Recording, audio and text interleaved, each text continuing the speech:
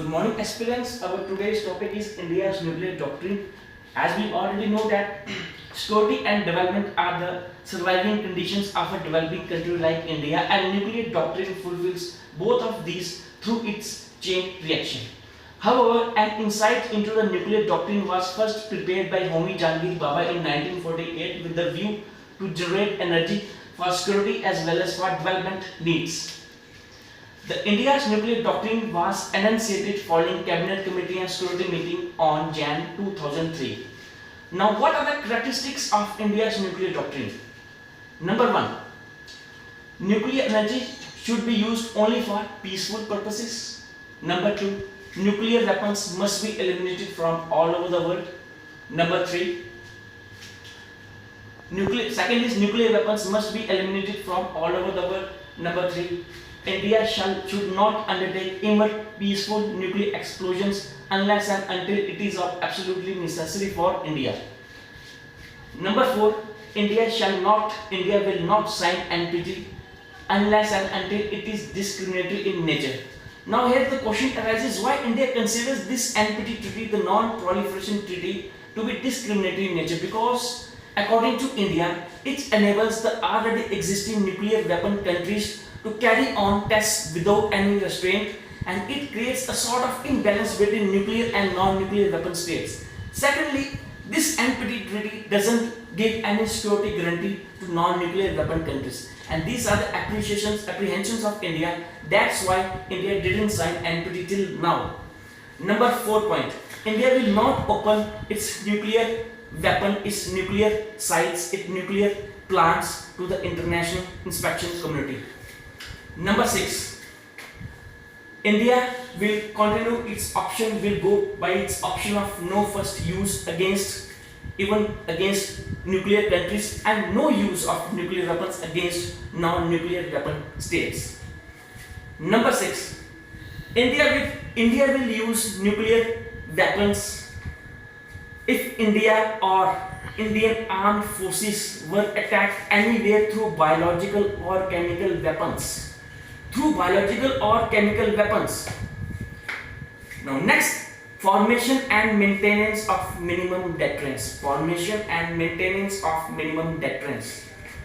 Next is, only the political representative in India had the power to order nuclear attack, and that too through nuclear command authority.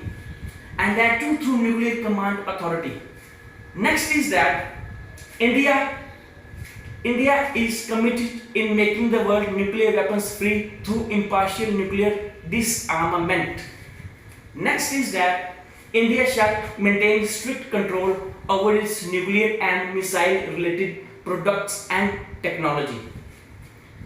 Next is that India shall continue its dialogue in the reduction of weapons of mass destruction from all over the world. Now, the major benefit of the option of no first use is that by this option, India proved itself to be a responsible nuclear weapon in the eyes of the international community. But at the same time, there are also negatives also, there are disadvantages also. By this option of no first use, it might be perceived as a sign of weakness by the enemy countries.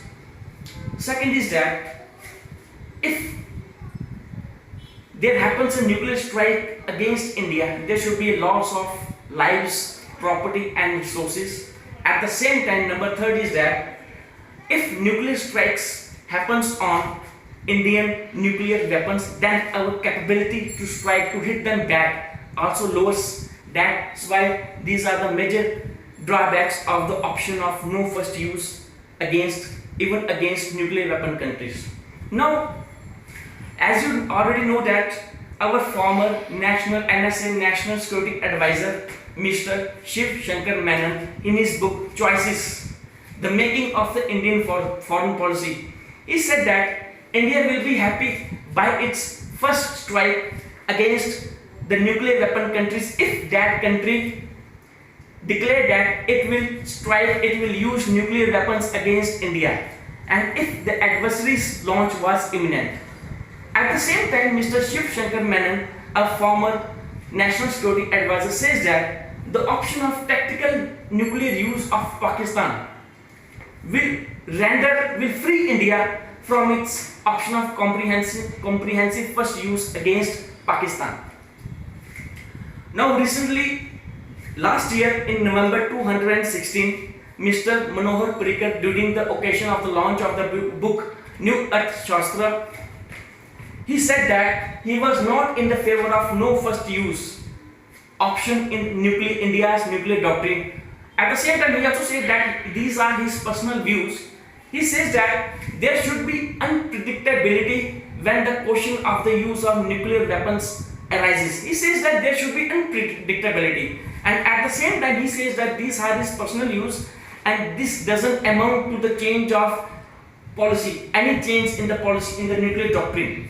He says that instead of irresponsible use of nuclear weapons should be used responsibly. This indicates that Mr. Manohar Parrikar, our former defense minister, who is presently the chief minister of Goa, he was also against the option of no first use, but he at the same time also says that those views are his personal views and these have nothing to do with the India's nuclear doctrine. This was all about India's nuclear doctrine. Thank you very much.